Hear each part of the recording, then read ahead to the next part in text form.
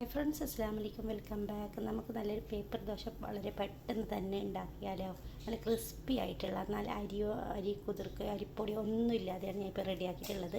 അപ്പോൾ എന്താണെന്ന് നമുക്ക് കണ്ടു നോക്കാം. ആദ്യമായിട്ട് കാണുന്ന കൂട്ടുകാരെങ്കിലും ഉണ്ടെങ്കിൽ ഒന്ന് സബ്സ്ക്രൈബ് ചെയ്ത് സപ്പോർട്ട് ചെയ്യണേ. എന്നാൽ ശരി, നമുക്ക് വേഗം ഇതെന്താണെന്ന് കണ്ടു നോക്കാം.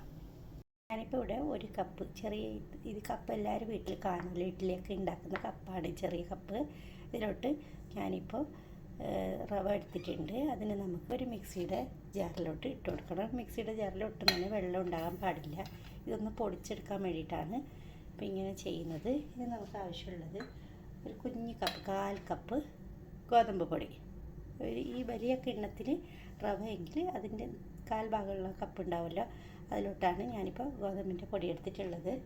ഇട്ട് കൊടുക്കാം. ഇനി നമുക്ക് ആവശ്യമുള്ളത് കടലപ്പൊടിയാണ്. അത് ഞാനിപ്പോൾ ഇവിടെ 1.5 ടേബിൾ സ്പൂൺ എടുക്കുന്നുണ്ട്. ഈ അളവ് കൃത്യമായിരിക്കണം കേട്ടോ. 1.5 ടേബിൾ സ്പൂൺ കടലപ്പൊടി എടുത്തിട്ടുണ്ട്. ഇനി നമുക്കിതെല്ലാം കൂടി ഫൈനായിട്ടൊന്ന് പൊടിച്ചെടുക്കണം. അതിന് മുന്നായിട്ട് നമുക്കിതിലോട്ട് ഉപ്പ് ചേർത്ത് കൊടുക്കാം. ഇനി നമുക്കിതിലോട്ട് 1 ടീസ്പൂണ് പഞ്ചസാര ചേർത്ത് കൊടുക്കുന്നുണ്ട്. ഇത് നിർബന്ധമായിട്ടും ചേർക്കണം. എന്തെന്ന് വെച്ചാൽ ഇത് നമുക്ക് നല്ല ക്രിസ്പിയായി കിട്ടാൻ വേണ്ടിയിട്ടാണ് ഈ പഞ്ചസാര കൂടി ചേർക്കുന്നത്. ഇനി നമുക്ക് ഫൈനായിട്ട് ഇതൊന്ന് പൊടിച്ച് വരാം. ഇപ്പോൾ പൊടിച്ച് വന്നിട്ടുണ്ട്. ഇനി നമുക്ക് ആവശ്യമുള്ളത് ഒരു ചെറിയ ഉരുളക്കിഴങ്ങാണ്. തൊലി കളഞ്ഞിട്ട് കഴുകി വന്നിട്ടുണ്ട്. ഇനി നമുക്ക് കുഞ്ഞു കുഞ്ഞു കഷ്ണങ്ങളാക്കണം. ഇതിനെ ഇതേപോലെ ഒന്ന് കട്ട് ചെയ്തെടുത്താൽ മതി. നിങ്ങൾ ആദ്യമായിട്ടാണ് കാണുന്നുണ്ടെങ്കിൽ റെസിപ്പി ഇഷ്ടമായാലും ഒന്ന് സബ്സ്ക്രൈബ് ചെയ്ത് സപ്പോർട്ട് ചെയ്യണേ. ഇപ്പോൾ ഇത് കഷ്ണങ്ങളാക്കിയിട്ടുണ്ട്. ഇനി നമുക്കിതിനെ ഇതേ മിക്സിയുടെ ജാറിലോട്ട് ഇട്ട് കൊടുക്കാം.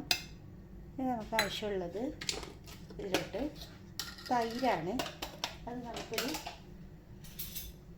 2 ടേബിൾ സ്പൂൺ വരെ ചേർത്ത് കൊടുക്കാം. കട്ടിയുള്ള തൈരാണ് ഇപ്പോൾ ഞാൻ ചേർക്കുന്നത്, അധികം പുളിയില്ലാത്ത. ഇനി നമുക്കിതിലോട്ട് കുറച്ച് വെള്ളം കൂട്ടി ഒഴിച്ചിട്ട് നല്ലവണ്ണം ഇതൊന്ന് അരച്ചെടുക്കണം. ഇപ്പോൾ ഞാനൊരു 1/2 കപ്പ് വെള്ളം ഒഴിച്ചിട്ടുണ്ട്. നമുക്കിത് അടിച്ചെടുത്തിട്ട് വരാം. അടിച്ചെടുത്ത മാവിനെ നമുക്കൊരു പാത്രത്തിലോട്ട് മാറ്റി കൊടുക്കണം. ഇപ്പോൾ നല്ല കട്ടിയാണ് കിട്ടിയിട്ടുള്ളത്. ഇനി ഒരു 1/2 കപ്പ് വെള്ളം കൂടി ഇതിലോട്ട് ഒഴിച്ചിട്ട് ഒന്ന് മിക്സാക്കിയതിന് ശേഷം വീണ്ടും ഇതിലോട്ടൊന്ന് ഒഴിച്ച് കൊടുക്കാം. ഇനി ഇതൊന്ന് കലക്കിയെടുക്കണം. നല്ല രീതിയിലൊന്ന് കലക്കിയെടുക്കുക. ഈ സമയം ഉപ്പൊക്കെ ഒന്ന് ചെക്ക് ചെയ്ത് നോക്കണം. ഇങ്ങനെ കലക്കിയെടുത്തതിന് ശേഷം ഇനി നമുക്കിതിലൊന്നും ചേർക്കാനില്ല. സോഡാപ്പൊടിയൊന്നും ഞാനിപ്പോൾ ചേർക്കുന്നില്ല. നമുക്കൊരു 5 മിനിറ്റ് ഇതിനൊന്ന് റെസ്റ്റ് ചെയ്യാൻ വെക്കണം. സമയമുണ്ടെങ്കിൽ ഒരു 5 മിനിറ്റ് റെസ്റ്റ് ചെയ്യാൻ വെക്കാം കേട്ടോ. ഒരു പാൻ വെച്ച് കൊടുക്കാം. അതിലോട്ട് ചൂടായതിന് ശേഷം ഒരല്പം വെള്ളം ഒന്ന് കൊടിഞ്ഞ് കൊടുക്കണം. അതൊന്ന് വറ്റി തുടങ്ങണം. നമ്മുടെ ബാറ്റർ ഒന്നും കൂടി കലക്കിയെടുക്കുക. ഇനി നമുക്ക് ദോശ ഉണ്ടാക്കാൻ തുടങ്ങാം. കയ്യിലെടുക്കുക.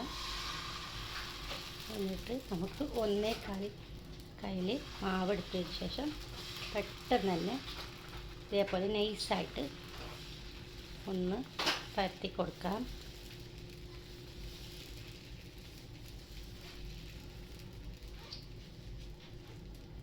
ഇതേപോലെ നേരിയതായിട്ട് പേപ്പർ പോലെ ഒന്ന് പരത്തിയെടുക്കാം. ഇനി മൂടി വെക്കേണ്ട ആവശ്യമില്ല. ഇതിന് മുകളിലോട്ട് ഒരല്പം നെയ്യോ ബട്ടറോ തേച്ച് കൊടുക്കുക. ഇപ്പോൾ ഞാൻ നെയ്യാണ് തേക്കുന്നത്.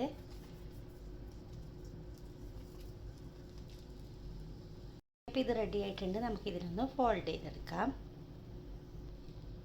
നമുക്കിതിനെ പ്ലേറ്റിലോട്ട് മാറ്റി കൊടുക്കാം. ബാക്കിയുള്ളതെല്ലാം കൂടി ഇതേപോലെ ഒന്ന് ഉണ്ടാക്കിയെടുത്താൽ മതി.